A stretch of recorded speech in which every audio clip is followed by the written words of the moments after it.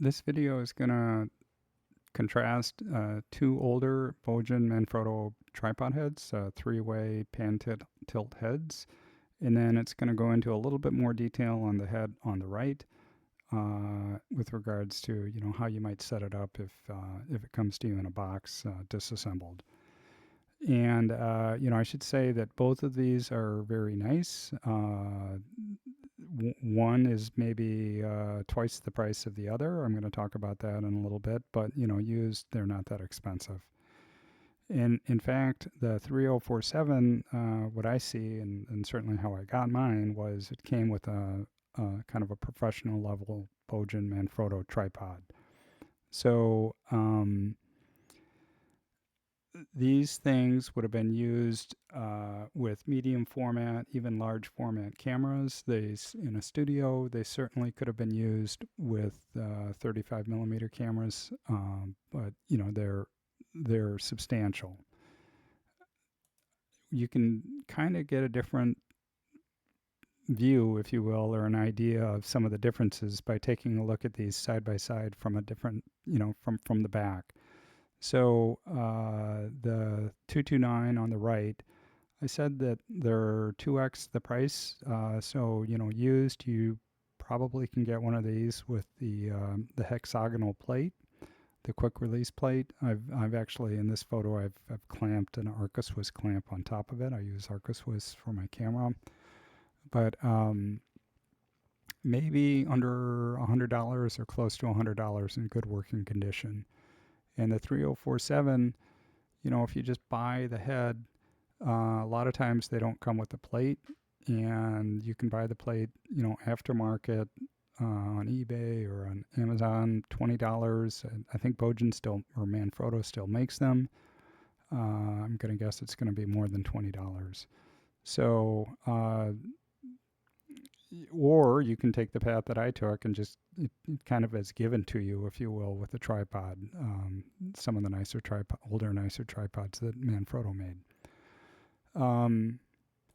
This is perhaps the best way to see the difference. I mean, you can see on the right the 229 is just thicker, it's chunkier, it's a little bit heavier.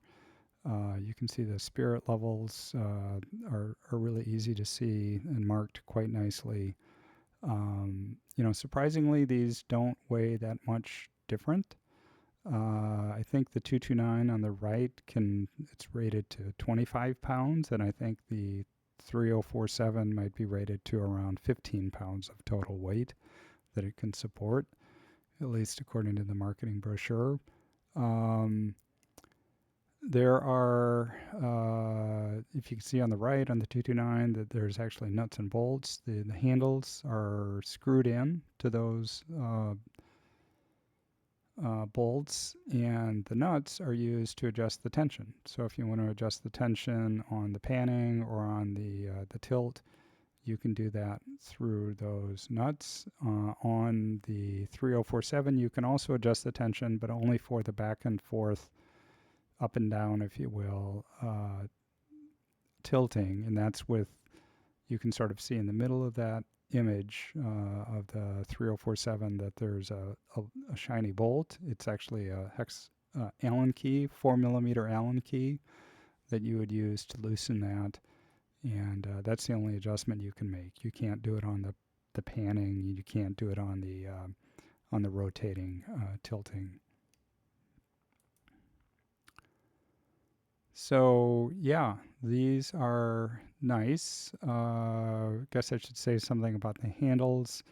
I did say that the handles on the 229 on the right actually screw on to bolts. There is a brass bushing that covers all of this. The brass bushing is quite nice.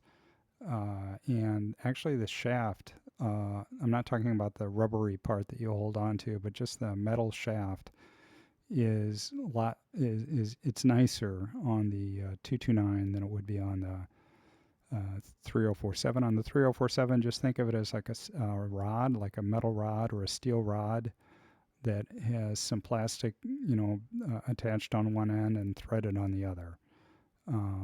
On the 229, the black rods are actually kind of constructed And yeah, it's like everything. It's a little bit nicer on the 229 than on the 3047.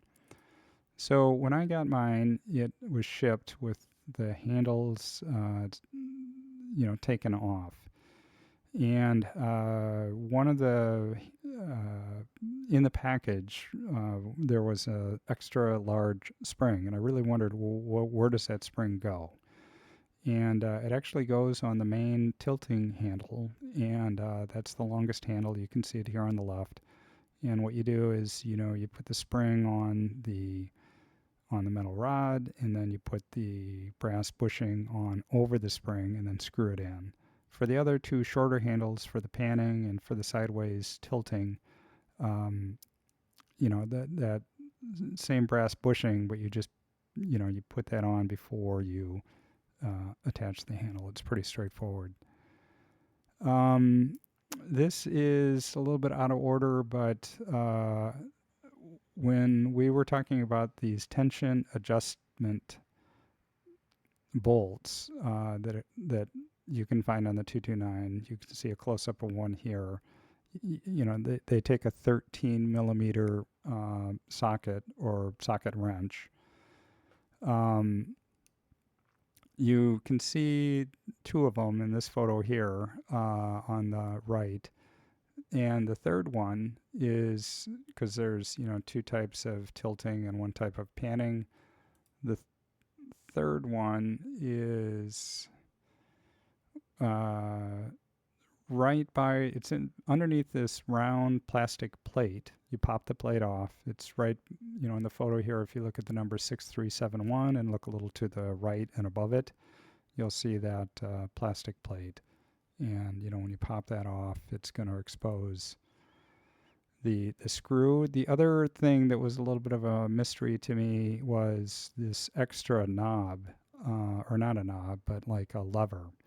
So if you've ever used one of these older Manfrotto heads, you'll know that the way you lock the plate in is by putting the hexagonal plate obviously in the top, and then that gray thing to the right actually wedges the plate in. And there's a long lever right under the gray thing. That's a great term for it. You can sort of see the gray thing here chopped off. And once you lock the plate in, literally, it's a very satisfying snapping sound. You can use this additional lever and think of it as almost like a brake. And when you release it, it is going to push up against the main lever so that you can't release the main lever accidentally. And if you were to release it accidentally, potentially your camera could fall off. So it's a safety feature. So I'm talking about, if you take a look at that brass screw, I'm talking about that lever, and you'll see a little like knob sticking out. And what you do to release it, it took me a while to figure this out. What you do to release it is, you push the knob in or up, in this case, towards the sky if the plate is flat, and or in this case, I would push it towards the orange background. And then you slide it to the right. And by doing that, it's going to release the plate so that it provides, think of it as like a brake. Anyways, that's how that works.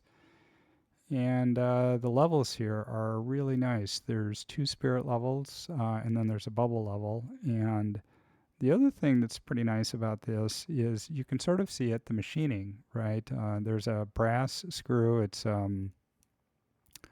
what is it, 3/8 16, and that's a common thread type. There's a spare one that you can screw into the side, and you can see, Manfrotto in Italy kind of machined into it. And if you take a look at the markings that show you, how do you have the head set up, there's 3 sets, 1 for the pan and 2 for the tilts. Those are machined in metal, and then they are, they're painted. So if you run your finger over it, it's 3-dimensional. It's just not stamped in or painted on. Well, it probably is stamped, but anyways, it's done well. On the 3047, it's kind of just a very less substantial, very less accurate. It's still accurate, but it's just like a piece of metal that's been pressed out and painted. So yeah, I like both of these. My preference is to use the 229. I think for $100 or close to $100, you are absolutely not going to go wrong. I think the 3047 is quite good too. Especially if you don't have to pay anything to get it. And what's also nice about the 3047 is, it's easy to take apart and clean and re-lube. And once you do that, there's so few parts in one of these. Once you do that, you're going to find out that it's very different, and it's gonna, if it wasn't smooth before, you're going to put it into a state where it becomes smooth. And I would guess you can take the 229 apart. I don't need to. It's already very smooth, at least the version that I got. So I'm not going to fool with it. So I like both of them. I hope this helps. And yeah,